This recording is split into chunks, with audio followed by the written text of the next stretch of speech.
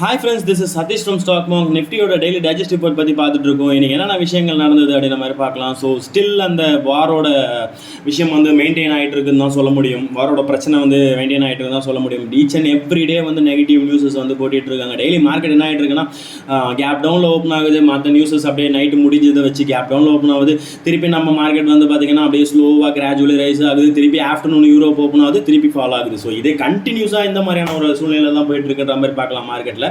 So Nifty வந்து ஒரு 5th டேவாக கண்டினியூஸாக ஃபால் அப்படின்ற மாதிரி தான் சொல்ல முடியும்.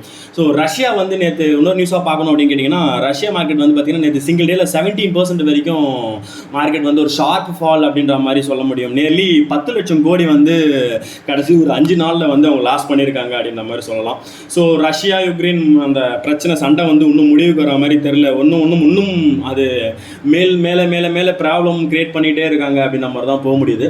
ஸோ இதை பற்றி தனியாகவே நம்ம ஒரு வீடியோ கொடுக்க ட்ரை பண்ணிட்டு இருக்கோம். ஸோ முடிஞ்சால் நம்ம இந்த வீக்கெண்ட்லேயோ நெக்ஸ்ட் வீக்லேயோ இந்த வீடியோ கொடுக்கலாம். ஸோ ஜாசன் ஃபார்மாவெட்டிக்கல் வந்து பார்த்தீங்கன்னா கண்டினியூஸாக ஒரு அப்மூவ் கொடுத்துட்ருக்கு. இன்ஃபினிட்டி ஹோல்டிங்னு சொல்கிற ஒரு கம்பெனி வந்து பார்த்தீங்கன்னா ரெகுலராக அவங்க பல்க் ஆர்டர்ஸ் போயிட்டு இருக்காங்க. ஒரு மல்டி பேக்கேஜர் அவ்வளோ சான்சஸ் இருக்கும். ஸோ இதுக்கு பற்றியும் நான் தனியாகவே உங்களுக்கு வாங்கலாமா வேண்டாமான்றதை எங்களுக்கு கால் பண்ணுங்கள். நான் உங்களுக்கு அந்த மாதிரியான ஸ்டாக்ஸை வந்து நான் ப்ரிக் பண்ணி தரேன். ஸோ இன்னொரு விஷயம் என்னென்னு பார்த்தீங்கன்னா, ஒரு ஏப்ரல் 14th அன்றைக்கி கடைசியாக 200 மூவிங் ஆவரேஜை வந்து கிஸ் பண்ணிச்சுன்னு தான் சொல்ல முடியும், ஒரு வேலண்டைன்ஸ் டேஸ் அன்றைக்கி. ஸோ அதுக்கு முன்னாடி வந்து பார்த்தீங்கன்னா 2020 செப்டம்பரில் வந்து 200 மூவிங் ஆவரேஜை கிஸ் பண்ணிச்சு அப்படின்ற மாதிரி சொல்லலாம்.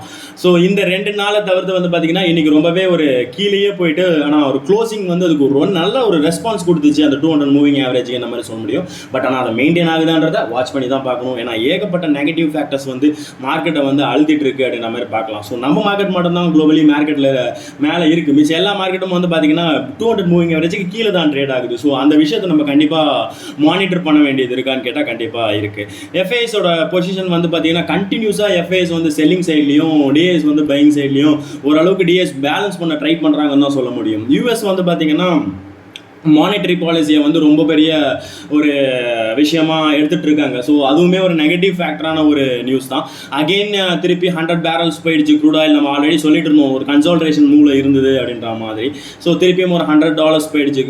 கீப் ஹை ஆன் க்ரூட் அப்படின்னு தான் சொல்லணும். ஸோ HDFC பேங்க் வந்து பார்த்தீங்கன்னா ஒரு 1500 crores ஒரு பிளாக் டீல் நடந்திருக்கு. இது ஒரு பாசிட்டிவான விஷயம். சிஎம்ஆர் கிரீன் டெக்னாலஜிக்கு SEBI nod to IPO. So அவங்க வந்து ஐபிஓஸ்க்கு வந்து இது பண்ணியிருக்காங்க அப்படின்னு மாதிரி ஒரு பார்க்கலாம். ஸோ நிறைய கம்பெனிஸ் ஐபிஓஸ்க்கும் வெயிட் பண்ணிட்டு இருக்காங்க. மார்க்கெட்டோட அன்சர்டனிட்டியாக அப்படியே ஹோல்ட் பண்ணிட்டு இருக்காங்க. கொஞ்சம் எதனா ஒரு ரேலி பிடிக்க ஆரம்பிச்சதுன்னா திருப்பியும் உள்ளே வந்துருவாங்கிறதுல எந்த ஒரு மாற்று கருத்தும் கிடையாது. 2 வரைக்கும் ஸோ டிசிஎஸ் ஃபால்ஸ் நம்ம கடைசியில் பேசின பைபேக் சொல்லியிருந்தாங்க அப்படின்னு சொல்லிட்டு. ஸோ இன்றைக்கி வந்து டிசிஎஸ் வந்து பார்த்திங்கன்னா ஒரு 3% 18,000 crores வந்து பார்த்திங்கன்னா பைபேக் நடந்திருக்கு அப்படின்ற மாதிரி நம்மளுக்கு ஒரு அவுட்புட் கிடச்சிருக்கு.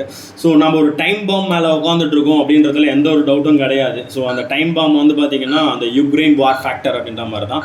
So let's watch. நம்ம நெக்ஸ்ட் நாளையோட மார்க்கெட் வந்து வாட்ச் பண்ணுவோம். காலையில் லெவல்ஸ் நம்மளோட லெவல்ஸ் வந்து டெலிகிராமில் கொடுத்துட்ருக்கோம். ஜாயின் பண்ணிக்கோங்க, என்ஜாய் பண்ணுங்கள். தேங்க்யூ. Happy trading.